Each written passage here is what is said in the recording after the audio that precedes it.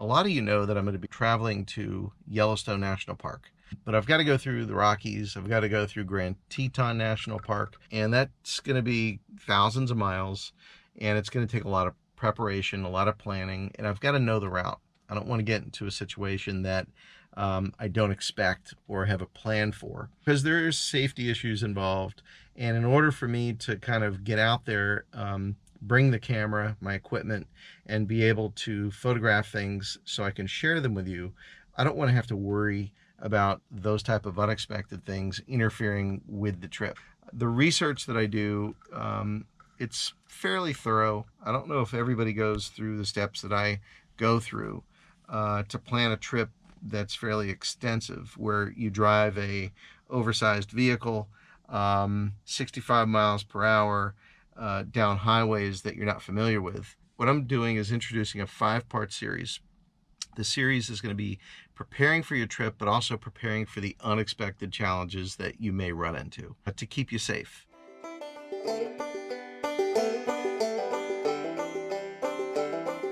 Knowing your route is going to be really important to your travel experience. You don't want to get into a situation that you're lost. It could happen even if you know your route, with construction, with GPS being out. It does happen. And I have some things to consider before you leave that might make that process a little easier so you don't find yourself unnecessarily in trouble.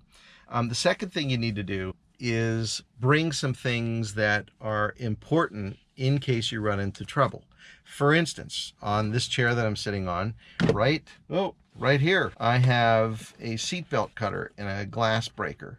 The reason it's here is because if in fact I'm involved in an accident, things move around. And so having something close like a glass breaker and a seatbelt cutter could be important to saving my life or saving somebody else along the way. Part 3 is after you get those first things done, your route, the essential emergency type supplies that you're going to bring along with you. Then you start packing, because you can kind of back into what you're going to need. Part 4 is servicing your vehicle. If it's a 50-mile trip to a local park, you're not going to have to really consider so much as compared to a 2,500-mile trip, or in my case, something that'll be 6,000 to 7,000 miles round trip. That requires a lot of thought.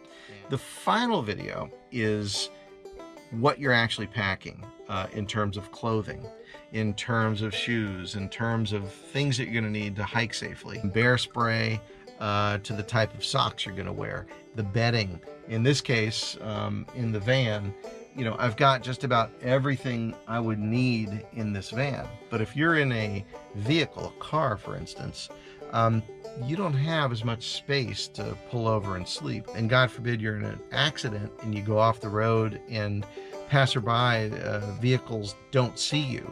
You could be off the road, depending on the circumstances, for a day or two. This is a short introduction to the 5-part series, preparing and planning for unexpected events. Hope you join me. This is Mark, and I'll see you soon on Wild Journeys.